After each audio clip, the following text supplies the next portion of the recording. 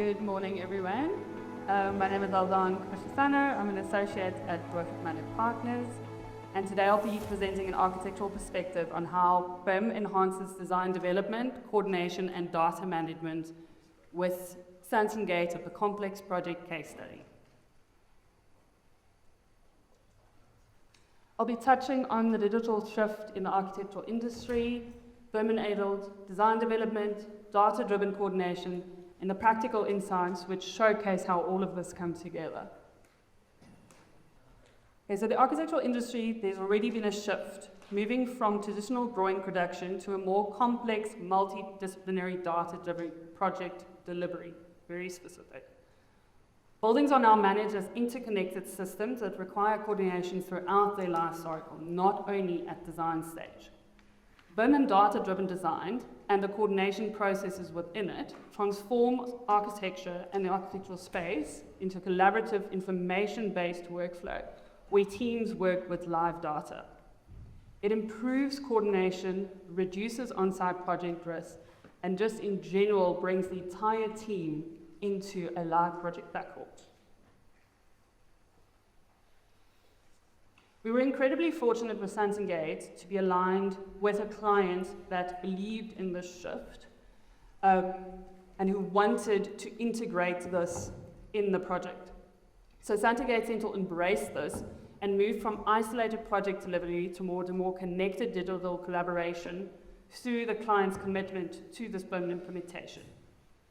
The collaboration protocols developed by AppCon, along with a common data environment set up between Modena, Elzanne Partners, and AppCon, allowed structured and transparent workflow, which is incredibly important, as John's mentioned. It's that transparency throughout your project, which really is the benefit of this implementation. BIM improves multidisciplinary coordination by allowing architectural, structural, and MEP systems to be coordinated from onset within a shared digital environment. What are the benefits to the contractor? Project information is continuously updated in the common data environment, and coordinated information is live and readily available for them. These coordinated models improve early decision-making, reduce on-site clashes, and also helps issue resolution in a quicker time frame. It also improves construction planning and construction information communication by creating a centralized collaboration project workflow. Everything connects, the precinct slogan, expresses the precinct's integration vision, but it also mirrors our BIM processes. BIM-enabled design development is about using coordinated, data-rich models to develop and refine design more efficiently. It doesn't take away from the architectural design process. It supports it by helping us to test our ideas earlier, coordinate better, and to keep the design intent at the center while improving collaboration accuracy.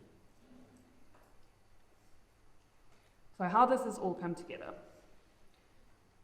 You traditionally have your client brief, stage 1, you understand that client brief. At stage 2 workflow, you are working through that brief and implementing that brief. As a practice, we already start our BIM integration from brief delivery. But at stage 3, it's really where it all comes together. In this design development stage, BIM execution supports the design process through detailed 3D coordination, allowing all disciplines to align and resolve design issues early in the project. Visualization and the common data environment brings this all together and improves communication transparency and data consistency across the lifecycle of the project. Sanson Gate Central moved, like I said, from the traditional silo delivery to a fully connected digital workflow. This was done by integrating the ACC collaboration protocol developed by AppCon and creating the common data environment with Modena to create 2 bridged platforms into one project platform.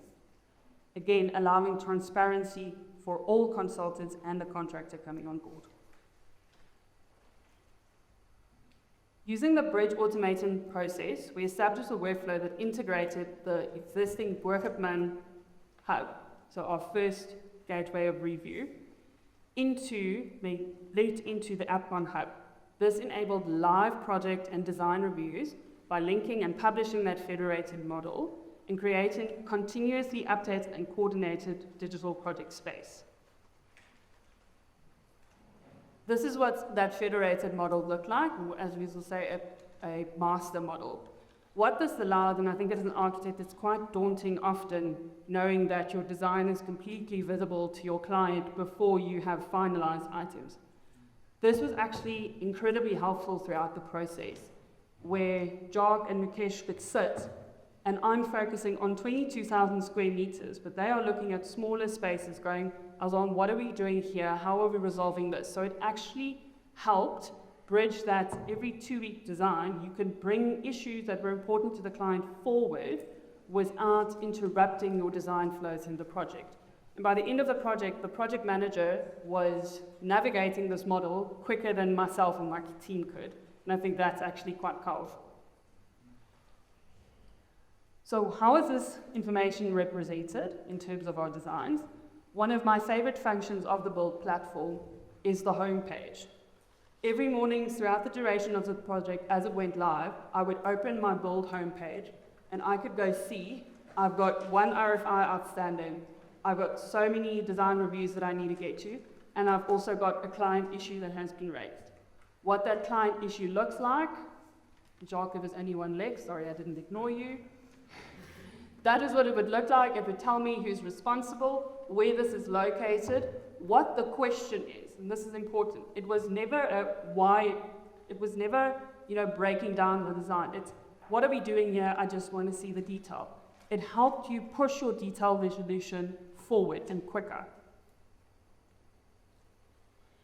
So again, all of this BIM design development helps us go from what we know as our modeled structure and our visualization of that to visible data that can be used by your client team and also by your contractor. What was important here was for me being able to sit down with the contractor, anticipating spaces that they might find difficult in terms of construction, sitting down with them, flying through the model, showing them where those services sit, what our issues are going to be while we build, and we got to resolve that 2 to 3 weeks before they started that item. Data-driven coordination is about aligning architectural and structural and MEP systems within the shared digital space. It allows all disciplines to work off the same live model, helping us identify the early clashes, improving our collaboration accuracy, and keeping the design fully coordinated as we're doing these design changes. So the BIM, or Building Information Modeling, allows us to take complex design concepts and move it into that collaborative digital space, where architects not only coordinate geometry, we are coordinating information flow and communication during the project delivery stage, but also the building life cycle, so after we've completed the project. Effective BIM management is essential to this process, and this is achieved through the BIM execution processes set out at the beginning of the project, such as our 3D coordination and our visualization, and then also the creation of the common data environment. The CDE acts as our central platform where all of this information is shared. So how is this done? Our first step, and also the most successful thing in your implementation, is process leadership. A successful BIM project requires process leadership just as much as it requires technical modeling, ensuring that collaboration is structured and intentional. Very important. The first step in this process is our BIM execution plan. This is driven, as mentioned, by the architectural team, based off of meetings had from scope and what the client wants to execute throughout the project. So this execution plan sets out the framework for your project and is the building block on how this project will be digitally delivered. It defines how information is exchanged, how collaboration processes operate, and how model coordination is managed across the discipline. It also clearly outlines roles and responsibilities and how issues between disciplines are resolved. So the 3 core goals of our execution plan is the successful delivery of 3D coordination, visualization of your model, and your common data environment. The image on the right-hand side illustrates the common data environment that we created for this project. So at the top you can see the Burgerman common data environment, and then the bridging onto the project or AppCon hub.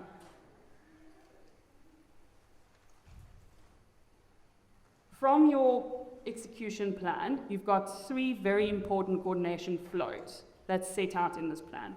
Your model coordination workflows, your service coordination workflows, and then your clash detection. With your model collaboration, your execution plan needs to define your model standards. So how is everyone modeling, in what are they modeling, and how that is uploaded and shared to the team. Your volume strategy, incredibly important, and then your service loads.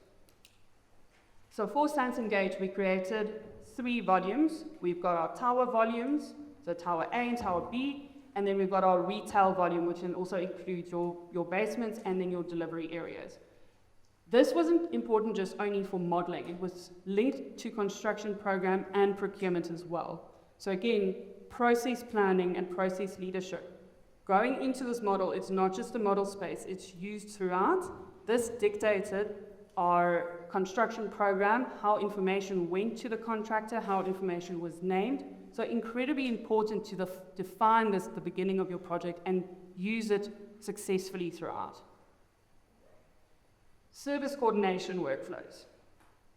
Your execution plan will list your weekly uploads, how they uploaded to your platforms, how they're published to the platforms, when your coordination meetings are, and how continuous issues are resolved. As Jacques mentioned, we had an incredibly short execution time frame from getting the green light on this project. So what we did then, again, process management. I sat down, I took our volumes, and I worked back to the construction program and to procurement. Based on that, we developed what we called our hit list. To go, these are our dates that we're sharing. This is the day if you get information back. This is the first approval, second approval, and then issue to site date. And that was all linked to procurement and construction program. So not only looking to when my drawings need to go to site, but when does my rebar need to be ordered? When is the structural engineer going to be called to share information? We also sat with the contractor on this to make sure that I was hitting their program with this. So again, intentional coordination. That also filtered down, you saw this image from Lyle, to our coordination hierarchy for our services. So this doesn't only speak to that hierarchy, but also we had one consultant who wasn't in the shared common or the common data environment, and we had to preempt that. We had 3 months to coordinate this before we went to site. I cannot wait for my fire model to come in before I coordinate my other services. So we developed this hierarchy saying, hey, we've got our service zones. What can we finish coordinating so that when that fire models come in, I've got minimal clashes? So in that hierarchy, we went HVAC top, wait services, electricals, and then we had our firemen. So we were able to fully coordinate levels without that fire, and when that model was pulled in, we had minimal flashes per level. Your next and most important workflow from your execution plan is how you run your clash detection workflows. So BIM does not eliminate problems, it exposes them earlier when they are cheaper and easier to resolve. So in your execution plan, you'll have your clash detection workflow. From that is where we can see this coordinated data, where it becomes visible to us and where it becomes crucial to the project. So this image illustrates the clash detection workflow that was included in our execution plan. We had a session on this where we went and sat with the consultant and worked through this workflow. So in order for the next steps for us to really be able to use the data from the common environment, it was imperative that this was followed step by step and that you could close out issues after. My favorite thing in terms of visible data from this common environment was our clash detection summaries. This allowed our coordination meetings to be structured and to be intentional. So this is, for instance, this was early stages of the project. So again, we divided this into our building volumes, and then we went per floor in those volumes, making sure in that 3 months time period that we got the most out of every session that we had. This you can see summarizes, this is the current, that was the clashes for the project as an entirety at that point, and it also then weights your clashes to consulted. So I could use this as an agenda for my coordination meetings and say, okay, I know I need to focus on the electrical engineer. There are too many clashes that are popping up or are unresolved, and then we'd move through to the remaining consultants. Here you can see this was right after we plugged in our fire model, and you can see they had the least clashes. And that was because of the intentional coordination and using the common data environment beforehand. The next very important data, or visible data that we get from this, is the clash detection detail report. So with our summary that went out after coordination meetings, we would generate a detailed report for each consultant. This was uploaded to the ACC hub, the project hub, so it's visible to the client. So again, transparency, and then also accountability, very important. So when we did have a clash on site that wasn't resolved, we could go back and use this documentation to say this was not closed out, because like previously said, a report is just as strong as how quickly you can close that item. This then translates to sitting in a coordination meeting and not worrying about clashes from 2 weeks ago, but actually opening up and being able to visualize and see, okay, this clash has been resolved or it hasn't been resolved, we need to spend a bit more time on this, change the design or change the system before we go to site. The process also just doesn't stop in the digital environment. It continued on as we went to site. So I would receive or get a call from a contractor saying, okay, we've got a clash on site. I'd go to site, or they would send me an image. I would send that to Lyle and sit with Lyle, and we could pull it up in the digital space and physically see what the clash is, where we had to step. So where this is so powerful, on a 22,000 square meter job, we had less than 20 on-site reported clashes. Using intentional, driven coordination, making sure that we used all of the tools at our disposal. And I think on a 22,000 square meter job, that is not half bad. But what are our practical insights from this? The success of BIM and data-driven design collaboration depends less on software and more on how well we manage the project team, how it's structured, and how it's aligned from the onset. Early consultant involvement is critical, ensuring all disciplines contribute to the changing design development before key decisions are made. Clearly defined responsibility help avoid gaps in coordination, keeping accountability consistent across the project team. And most importantly, process alignment. Process aligned with your client and your contractor. We're not working against one another, we're working with one another, using all of these digital tools that we have at our disposal. In conclusion, BIM enhances the design quality by enabling integrated coordination across disciplines, ensuring decision-making and better performing aligned. Data-driven workflows improve overall efficiency while reducing project risk. And as structured information becomes as important as geometry, architects play a critical role in leading and shaping the effectiveness of collaboration. Thank you.